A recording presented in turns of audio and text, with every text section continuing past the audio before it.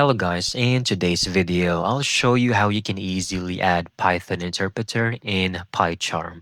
Let's begin. So this will be very simple and straightforward. Once you have successfully downloaded and installed PyCharm, open it up, click on this icon over here, choose settings, all right? So just click on Python, it will show more options. Click on interpreter.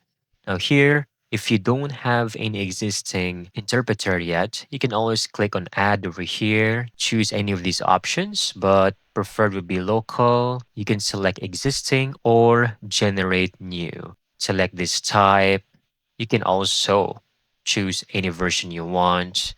Then always make sure to select the appropriate location for the installation and finally click on OK. Just wait for it to finish and complete. By then, you should now be able to select it over here on your drop down. And that's it. That's how you can easily add your Python interpreter in PyCharm. Thank you so much for watching. I hope you found this video very helpful.